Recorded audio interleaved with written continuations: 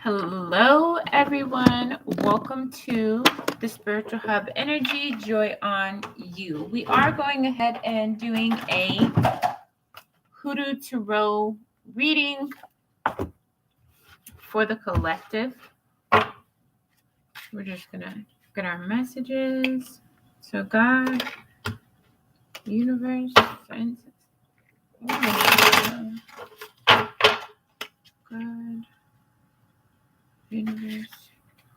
What do we need to know?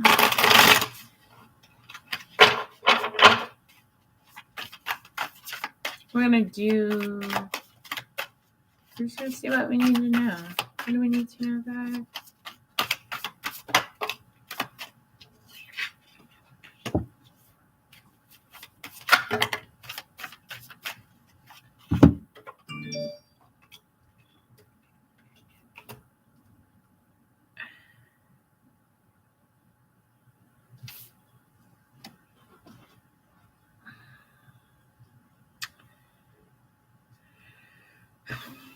Okay. 1, 2, 3, 4, 5, 6, 7. We'll take the underlying energy. Okay.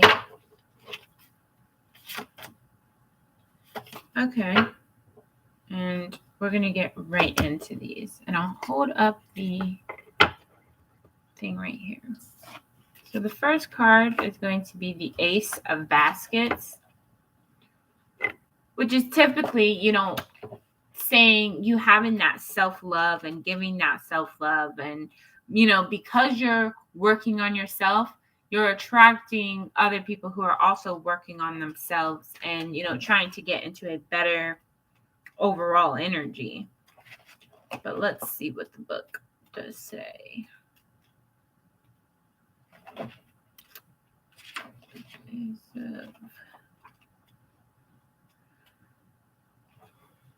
Baskets. Okay. The plant here will be called wild lettuce. The image: a basket overflowing with water sits atop a lodestone. Lodestones are used in Hoodoo to attract love and prosperity.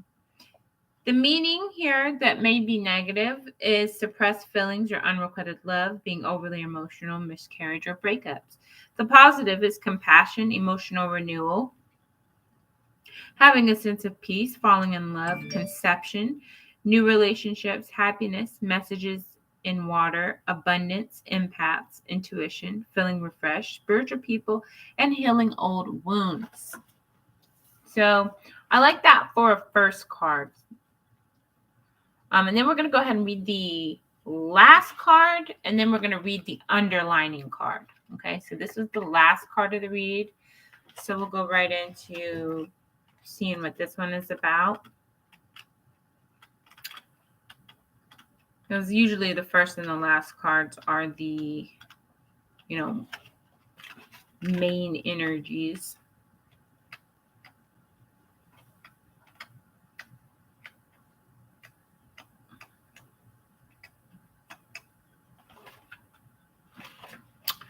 Bishop C.H. Mansion, the Hierophant. And typically Hierophant, that's like being spiritually aligned, trusting your intuition to get you through, things like that. So whoever knows the right thing to do fails to do it. For him, it is sin. Basically, so if you feel like something's good, then it's good. And if you feel it's bad, then it's bad. This is James 4:17. The plant here is cedar and mustard. The image: this card combines Bishop Manson's iconic photo with an interpretation of what his spiritual baptism looked like. He said this about the moment the Holy Spirit visited him. He said, "So when he had gotten me straight on my feet, there came a light which developed my entire being above the brightness of the sun. And when I opened my mouth to say glory, a flame touched my tongue, which ran down on me. My language changed, and no word could I speak in my own tongue. Oh, I was filled with the glory of the Lord. My soul was then satisfied." Bishop Charles Harrison Manson was a Pentecostal holiness demotional leader and founder of chief apostle of the first senior bishop of the Church of God of Christ, based in Memphis, Tennessee. By the time of Manson's death, he had more than 4,000 churches and 400,000 members in South Africa, Asia, Europe, and the United States. Today, it has 6.5 million members and 12,000 congregations around the world. One of the most significant events in Bishop Manson's life was surviving a yellow fever epidemic when he was 12 years old. His recovery was attributed to prayer. Bishop Manson's mother, Elijah, who was formerly enslaved, was known in the community as being a powerful and spiritually gifted. In theology of a Black American churches, the Holy Spirit was emphasized and petitioned to include in earthly matters more than in mainstream churches. Bishop Manson was dictated to spreading the word of God, but he didn't think that a woman's voice should be suppressed by the church, nor did he believe that there was anything wrong with seeing the power in and utilizing roots. After all, Rabadomancy, divination, by means of rod, wand, staff, stick, or arrow, was utilized by the patrons of the Bible. When you receive Bishop C.H. Manson in a reading, you are being asked to humble yourself, to trust the teachers, guide, and elders of your community. There's no easy task in age when no one wants to be told what to do, and authorities of all types are subject to deep suspicion or outright hatred. This is especially true if said authorities are representative of so-called organizations. While there are excellent reasons to be skeptical of anyone attempting to assert your agency, we should not allow paranoia to become so crystallized in our consciousness that we end up throwing out the baby with the bathwater. Bishop C. Manson represents the conventional wisdom of any and all social institutions, be they universities, places of worship, corporations. Basically, this includes any place which rules, guidelines, rites, and rituals that must be adhered to in order to be considered officially a member of a community. The bishop always also represents unspoken rules, as they are often just as important. For example, a person attending a heavy metal concert in a well-fitted khakis and a button-down shirt with a pop collar and loafers would almost instantly be identified as being an outsider. It doesn't matter if the person in the preppy clothes knows the lyrics to every song the band performs, so it is critical to understand that no matter how free-spirited the individuals at the concert consider themselves to be, a what the hell reaction to the preppy dresser is an indication of being part of the system. The bishop asks you to recognize the importance of choosing group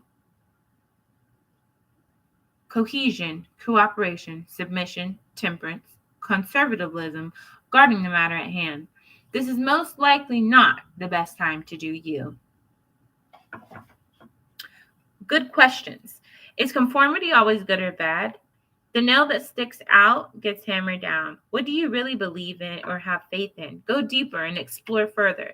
Do you see value in cultural heritage? Is it considered orthodox or proper way to do things?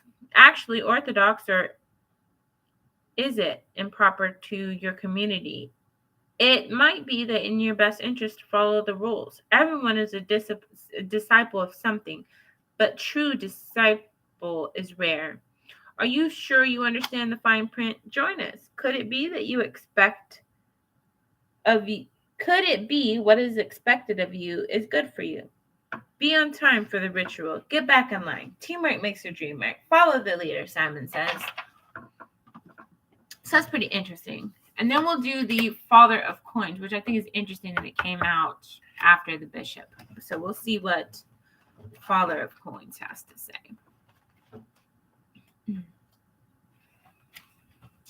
The Father of Coin displays a genie lamp, an incense burner, and a mason jar, oil whip, with a mystical name of Allah inside to attract prosperity.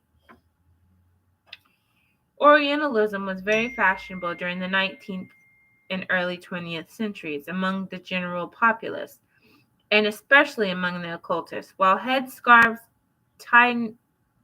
tignons, and turbans were certainly not new to the Black American population. Some root workers began to wear more elaborate Karnak-style turbans to attract customers.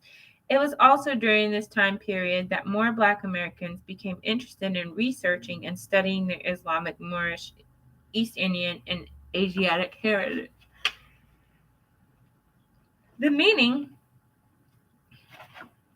The meaning. The father of coins is a personification of a wealthy, successful businessman. On the positive side, he is an efficient leader, responsible, disciplined, reliable, enterprising, lucky, and focused on abundance.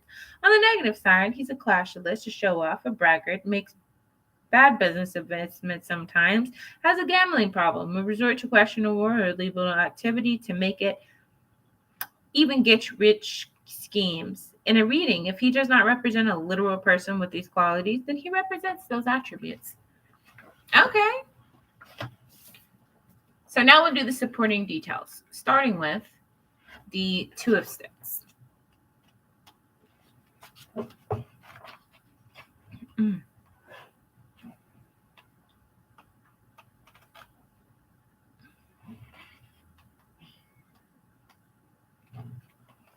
The image. The man in the card depicts Dr. Sandy Jenkins, the root worker who gave Frederick Douglass a root to protect him from being abused and by a sadistic overseer.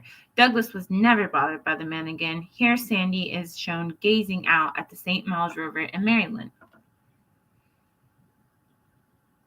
The meaning that's negative could be canceled plans, prolonged waiting, deportation, feeling stuck in a rut, feeling tortured by a sense of mediocrity, failure of change, or fear of change, and suddenly being removed or replaced. The positive, partnerships, planning for the future, speaking your mind, progress, new inventions, ambitions, being unafraid to go against the grain, deciding to travel or move overseas, and the power to persuade and influence.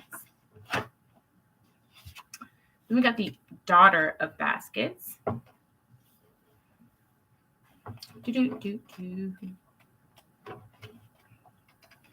Okay,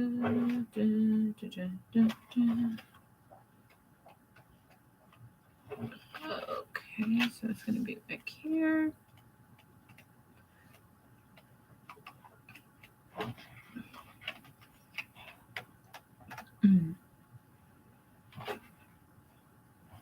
Daughter of Baskets. Plant is the baneberry. The image. Tituba was an enslaved teenager who was accused of being a witch in Salem, Massachusetts, and is depicted here as the Daughter of Baskets. She was an Arawak heritage, which originally made her a suspicious character among the Puritans. The Daughter of Baskets carries a basket of full baneberries and a pot of tea. Salem Harbor is in the background. The Daughter of Baskets is generally a bearer of good news. On the positive side, she is charming, imaginative, creative, loyal, and has great communication skills. On the negative side, she's a bit delusional, jealous, or a pathological liar. Could be a con artist and suppresses her feelings. In a reading, if she does not represent a literal person with these qualities, then she represents those attributes. Then the Two of Knives.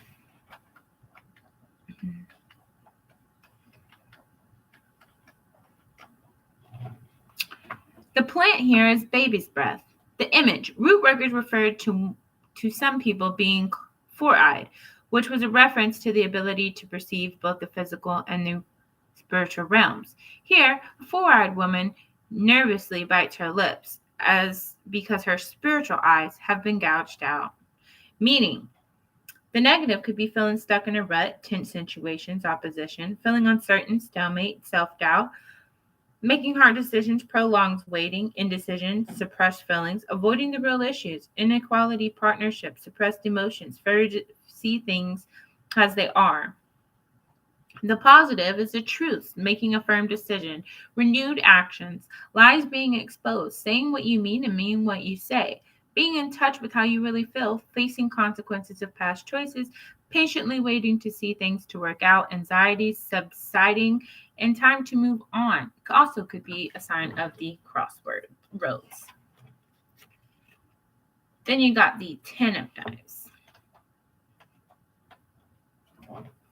The image here, the plant is the white rose. The image, this card depicts a brutal murder of a root worker and pastor of Divine Temple Healing. George Webster in the Memphis Webster was accused of hexing a client, which eventually drove the woman crazy, got her son revenge by killing him in broad daylight. The negative here is defeat, martyrdom, the end of a cycle, hitting rock bottom, distress, relapses, or betrayal. The positive here is surviving a disaster, being discerning about whom you trust, learning from past mistakes, getting saved in the nick of time, and things still sucking, but getting better. It's pretty accurate right there. As we move up to the 8 of Knives. So let's see what that's all about. The 8 of Knives, the plant is star anise. The image, the man stands in the middle of the crossroads with 2 knives stuck in the ground at the entrance of each pathway. Crossroads are considered powerful places. Their physical and spiritual worlds meet. The meaning here could be feeling opposed, self-hate, feeling unable to move, problems communicating with others, being bound by circumstances. The positive, believing in yourself again, empowering thinking, the removal of obstacles, escape from bondage, acquittal, being productive, a much-needed release, ceasing to be your own worst enemy, liberation of oneself from victim mentality, and renewed hope and finding a way out of a predicament. So we will go ahead and ask for the advice. So God, what is the advice? Ooh, God, what is the advice? What is the advice? I guess we'll take that. The advice here is the... Ooh, okay. Golly, let's get right into it. First card we got is the... Well, you know what? We'll go backwards on this one because I feel like that's what we should do. So we got the 8 of Sticks here. So let's go look at that. The 8 of Sticks plant is popular. The image, a hoodoo woman is peeling wood from a tree just struck by lightning. It is believed that lightning-struck wood amplifies the potency of any working. The meaning could be a serious emergency, wasted time, or being too pushy. The positive is rapid progress, forward movement, communication, finding a resolution, excitement, whirlwind romances, gaining momentum, receiving a critical message, eye-open experiences, and being in alignment, end of delays, travel by air, and successful journeys. I like this one. That was good. Then the 9 of Knives.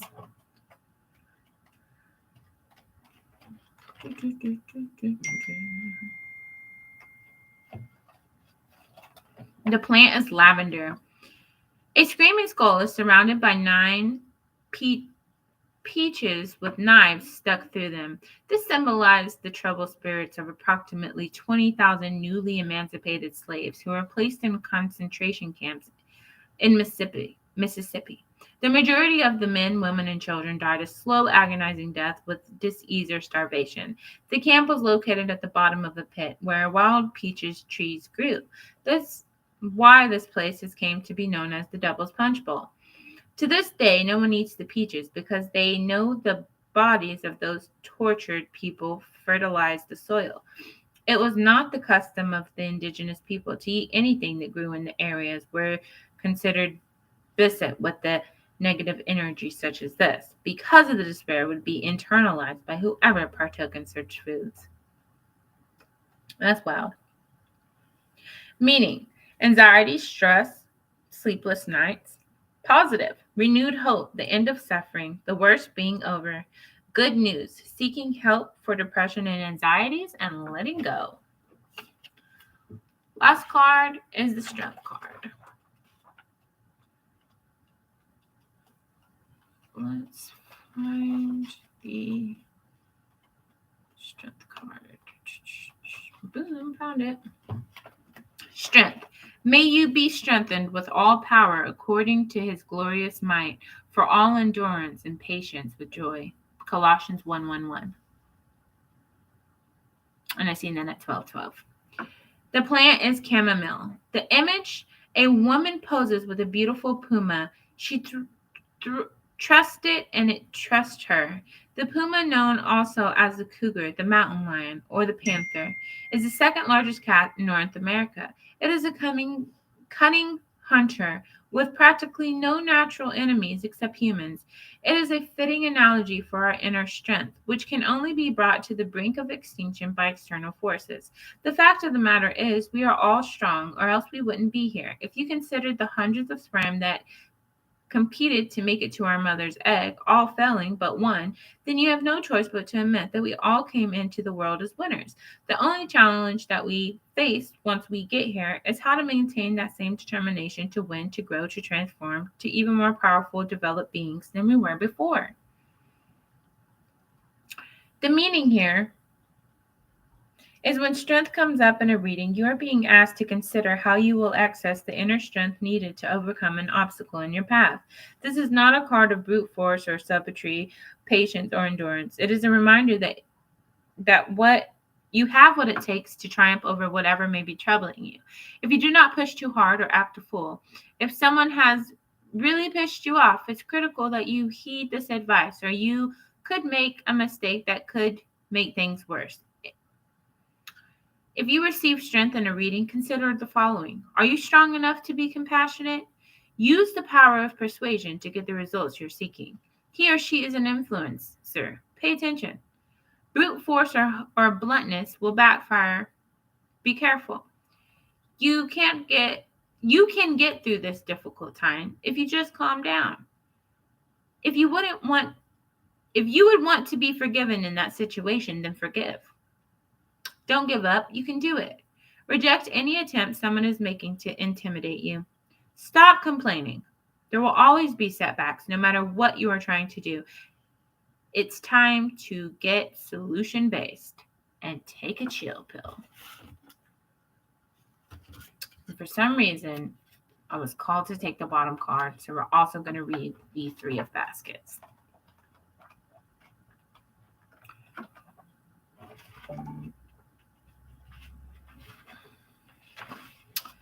Three of Baskets, the plain is Sweetgrass. The image, 3 generations of Gullah Geechee women enjoy each other's company as they weave sweetgrass baskets. Sweetgrass is most often used as an incense to purify and consecrate, but it is also used as a medical herb to cure throat inflammation and to flavor food and drinks. Meaning, overindulgence, addicts, not partying. The positive, parties, reunion, good fortune, hobbies, plenty, renewed health, collaboration, spending time with friends, and team players. So you guys, this has been the Hoodoo Tarot reading from the Spiritual Hub Energy Joy on You, aka She Joy. I hope that this has helped you. Stay blessed and never stressed, with much peace, much power, much love, much light, and much joy. See you guys on my next video.